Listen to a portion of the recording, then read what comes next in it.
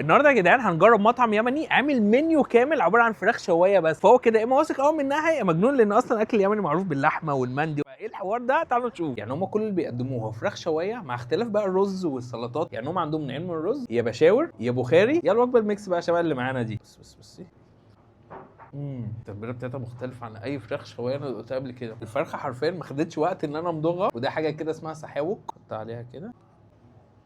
الرز تحفه. تحفه قوي، مش تحفه عادي، لا تحفه قوي. السحاوك دي خطيره. هي في منها اصلا سحاوك جبن وسحاوك اخضر. مش عارف ايه الحاجات دي، بس شبه الجبنه بالطماطم بتاعتنا، بس التتبيله او الخلطه بتاعتها مختلفه. في بقى ايه دي؟ ملوخيه. وده حاجه اسمها مشكل فرن، ودي شبه المسقعه بس بقى ايه، بطاطس مع بتنجان مع كوسه مع فلفل مع ليله كبيره قوي. يلا بينا. هي مين مسقعه، بس التاتش الكوسه دي كسره التجربه بتاعتها، مخليها حاجه جديده قوي على البقي.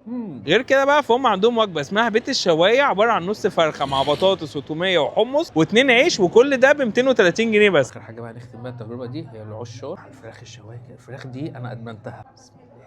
ايه يا جدعان، بص هو ده فلفل مع ليمون معصفر، ميكس جديد جامد لايق قوي. لا بص التجربه بجد حلوه قوي، بس هي القعده ايه بالنسبه لي مش هتحلى بقى من غير شويه كنافه بالقشطه مع براد الشاي التمام. انا غرقها بالعسل كده. ايه ده يا جدعان، شاي تقيل قوي. غير كده بقى فبيت الشوايه عنده قسم باريستا كامل فيه تقريبا كل المشروبات، لكن اكتر حاجه علمت معايا هناك هي العرايسي، وده عباره عن مانجا مع لبن مع عجوه يمني. انا مش عارف انا اكله ازاي.